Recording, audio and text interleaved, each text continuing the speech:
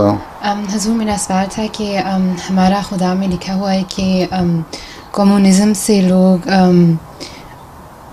अल्लाह मियाँ से दूर हो जाते हैं, तो कैपिटलिज्म में भी नहीं ऐसे होता क्योंकि फिर बहुत ज़्यादा कंपटीशन हो जाती है और तो दोनों में से दोनों से दूर हो जाते हैं। इसलिए ना कम्युनिज़म कामयाब होगा ना कैपिटलिज्म होगा, हैं।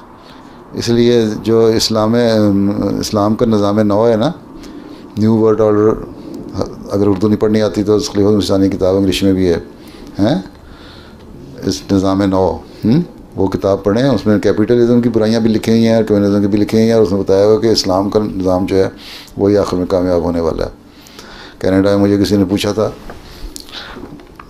एक जर्नलिस्ट ने, मैंने कहा तुम देख चुके हो कम्युनिज़म का भी हाल, तुम अपने देख लिया अपने कैपिटलिज्म का भी हाल, दुनियादारी की जितनी डेमोक्रेसी थी उसको तुमने देख लिया है। अगर और इस्लाम का निज़ाम जो था वो पहले 30 साल तक तो कायम रहा, उसके बाद भी बड़ा अच्छा कायम रहा 1000 साल तक, लेकिन अब तकरीबन 1000 साल से ख़त्म है, जिसको तुमने नहीं देखा और तुम लोगों को पता भी नहीं, तुम तारीख़ भी देखना नहीं चाहते। अब इस्लाम की हुकूमत कायम करने दो, या हमें कोई दो हुकूमत अहमदियों को ठेके पे दे दो कोई हुकूमत, तो हम तुम्हें एक मुल्क चला के दिखाते हैं, उसमें बताएंगे कि निज़ाम किस तरह चलता है।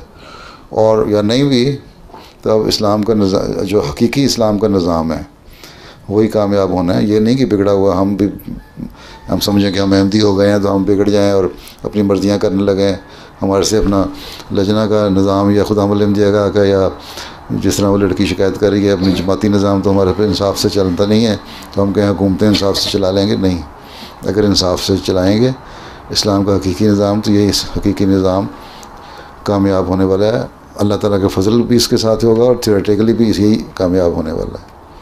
ठीक।